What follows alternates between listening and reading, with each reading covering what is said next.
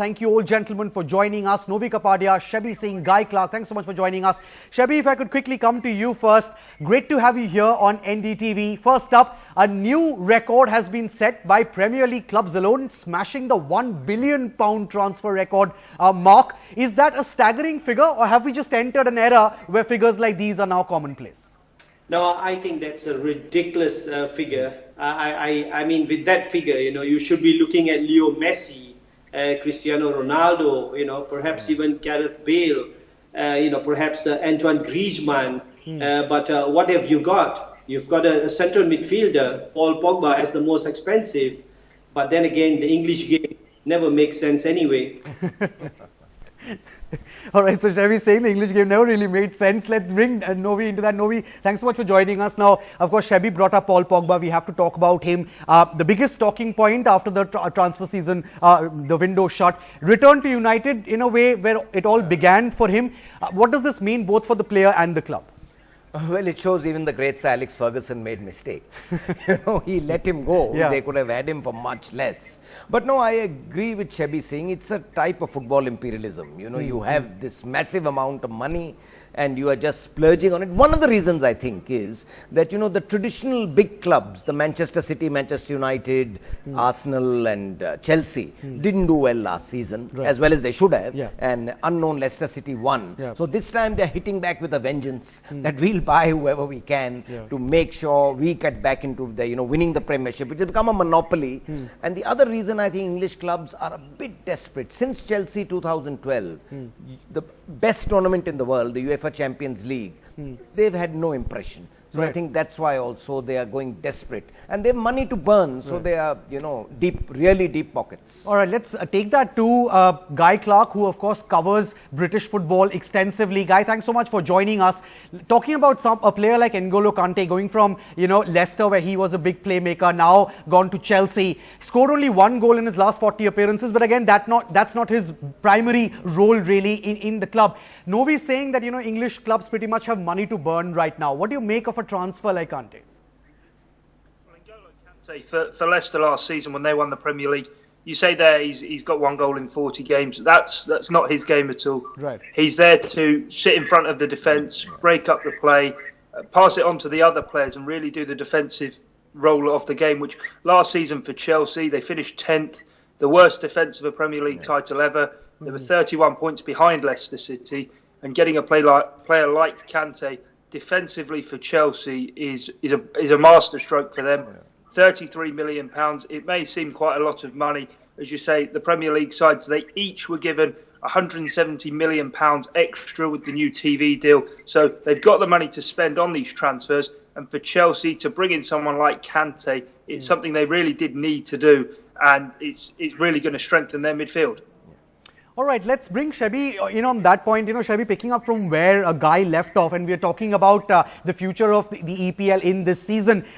Most clubs, of course, have a blueprint. They have a clear plan, as clear as possible, according to the manager, of course, as far as the future of that club is concerned. How do you see, in that context, Guardiola's plan to let go of someone like Joe Hart and, sign on Claudio Bravo? How do you see that playing this season? Well, to be honest, Pep Guardiola is the only one, who actually cares for the club. I know we speak about Barcelona, we speak about Bayern Munich. He actually cares. What do I mean by that? I mean, he ensures that he builds a club. As compared to the other managers who just build teams, maybe who last for 2 or 3 seasons. Right. But Pep Guardiola builds a club. And you can see, even after his departure, Barcelona are still solid and strong. Bayern Munich will prove once again that they're very, very good. So I wish there were more managers like Pep Guardiola. Right. And the other one, the other two more that I have to mention is Jurgen Klopp. He cares for the club. He's building a club. Right. And also Maurizio Pochettino. But sad to say, the likes of Jose Mourinho is just about Jose Mourinho. I'm going to win 2 or 3 trophies in the shortest possible time. I don't care what happens to the club. All right, so Shebi, they're saying that, someone like Guardiola, more of an architect really, plans on building a club, not just in the tenure that he's going to have, but for the future as well. Talking about Guardiola, Novi, we have to talk about the Manchester derby, and everyone's, of course, looking forward to that. It's going to be Guardiola versus Mourinho. The first time they faced each other as managers way back at the San Siro in 2009 when Barca played Inter. What do you expect this time around? Yes, a rare case, I think, where, the clash of the managers is going to outstrip the actual Manchester derby. You think so? Yes, it is because of also the rivalry, the history behind them. Absolutely. And that there are two different ideologies, literally, football ideologies. Guardiola has a football philosophy. That's why Joe Hart has gone after 10 years of service, because he's not a ball-playing goalkeeper. That shows goalkeepers have changed. You have to build from the back. You're not just a shot stopper. So Guardiola has a definite philosophy. We saw that in Barcelona. We've seen it in Bayern Munich, who also started playing differently. He's trying to build Manchester City in that way. And Jose Mourinho is, the one who, if we use an economic analogy, tries to capitalize on the market gains as quickly as possible. Right. And, he buys the people he wants, the tall striker, the tough midfielder.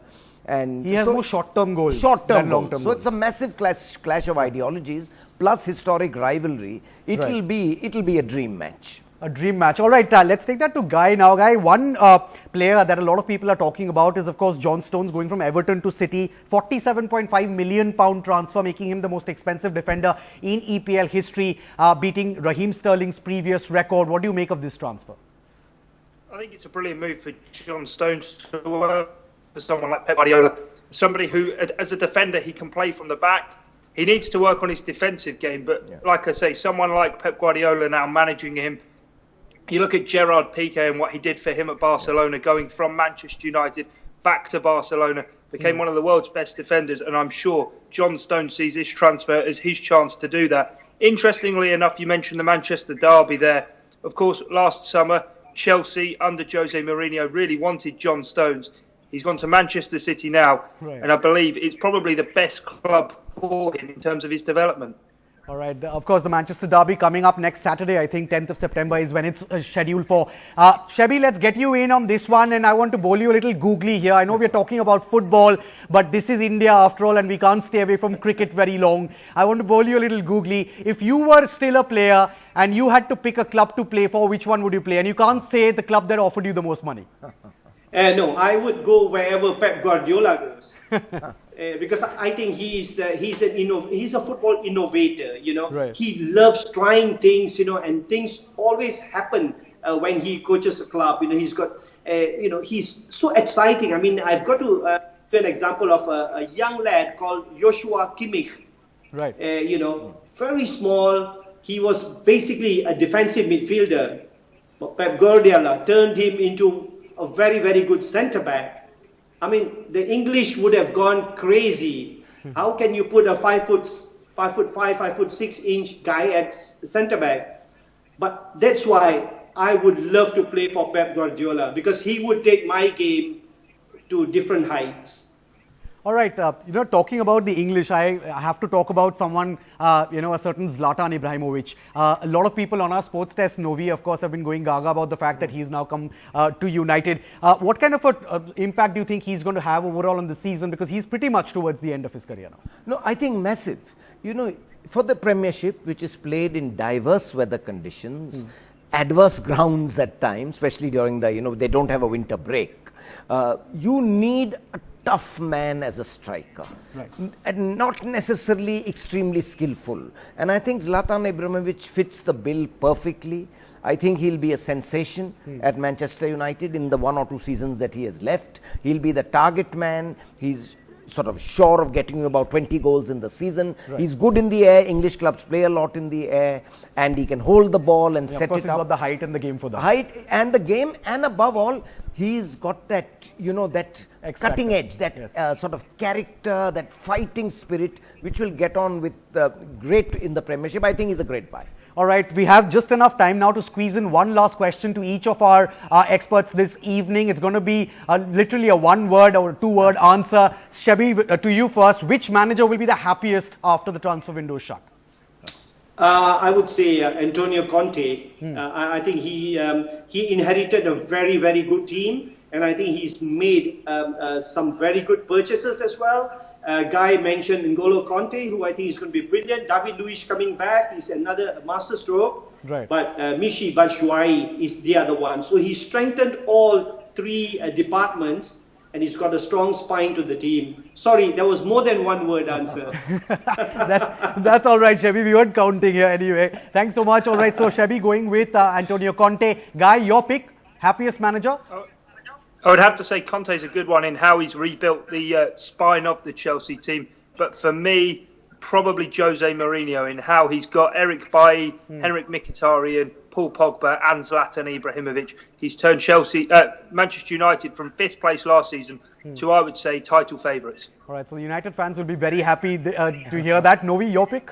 Well, I'd play devil's advocate. I'd agree with Mourinho, but I think Pep Guardiola, because he's got rid of the flab. Right. Mangala, Sam Nasiri, because he didn't come fit. Joe Hart. So he's getting the team to play in a certain style. And I think English football will benefit the way Raheem Sterling is playing. His talent is at last going to be utilised properly. So I think Guardiola is probably the happiest manager after the transfers. All right, so Conte, Mourinho and Guardiola, our three experts for the evening, have spoken. Gentlemen, thanks so much for joining us. It was an absolute pleasure having you all three here together on NDTV. Thanks so much for joining us.